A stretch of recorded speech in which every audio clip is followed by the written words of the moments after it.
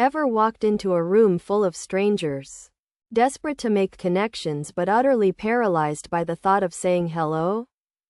That awkward silence, the fumbling for words, the missed opportunities, it's a real pain point for so many English learners, myself included when I was starting out. Today, we're going to fix that. No more standing in the corner, staring at your phone. By the end of this lesson, you'll have the practical English phrases and confidence to initiate engaging conversations, find common ground, and build genuine rapport at any networking event.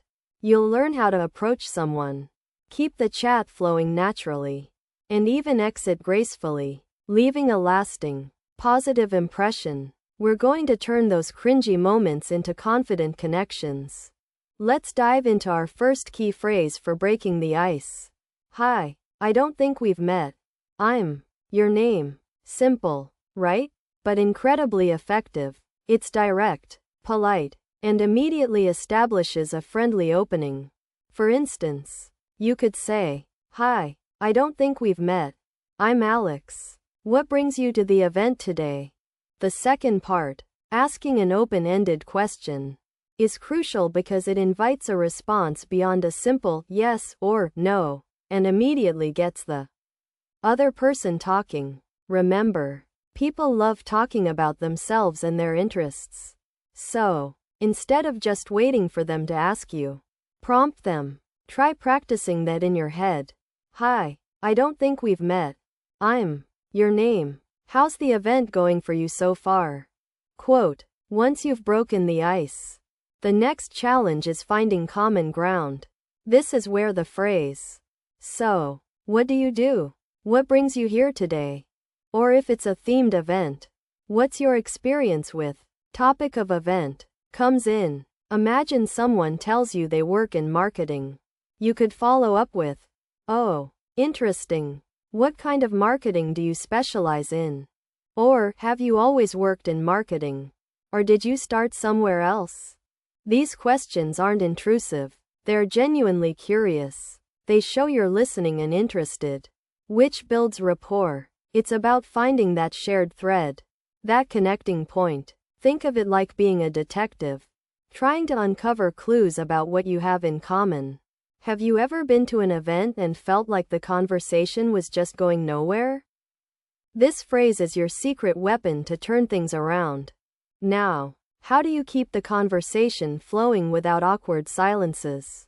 Our third phrase is perfect for this.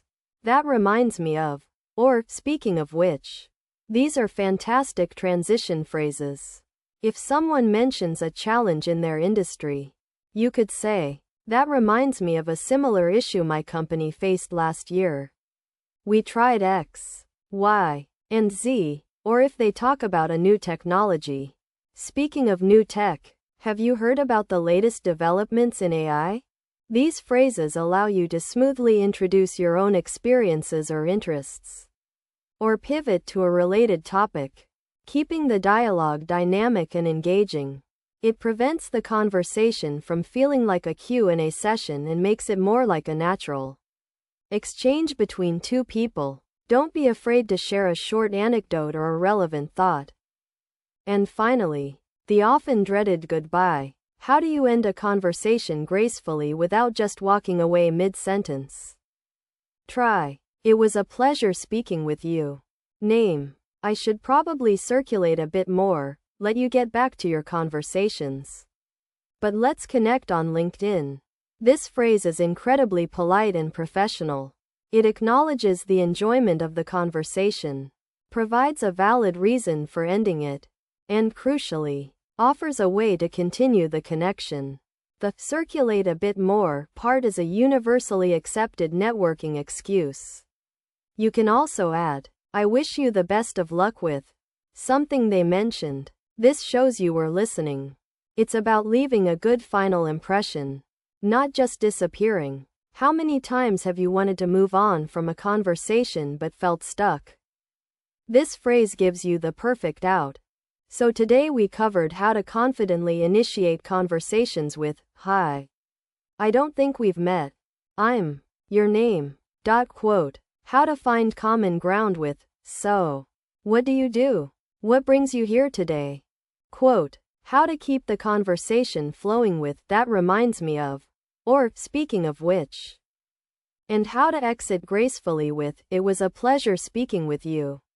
Let's connect on LinkedIn. Practice these. Internalize them. And your next networking event will feel completely different. Confidence comes from preparation. Now, go forth and connect. If you want to learn even more about everyday English, make sure to check out our video on less than next video suggestion greater than. A. Hi. I don't think we've met. I'm Sarah. I work in digital marketing. B. Nice to meet you, Sarah. I'm Mark. I'm in product development. What brings you to this industry event today? A. Oh. Mainly to learn about the latest trends in AI integration for marketing. It's moving so fast. What about you? B. Absolutely. It is. I'm here exploring potential partnerships for our new software. What kind of digital marketing do you specialize in? A. We focus heavily on content strategy and SEO. Speaking of AI, have you seen any interesting applications for product development? B. Yes. Actually, we're experimenting with AI for market research. It's quite promising. That reminds me. Have you considered using AI for personalized content generation? A. We have. It's a game changer. Well, Mark, it was a pleasure speaking with you. I should probably circulate a bit more. B. You too, Sarah. I wish you good luck with those AI integrations. Let's connect on LinkedIn.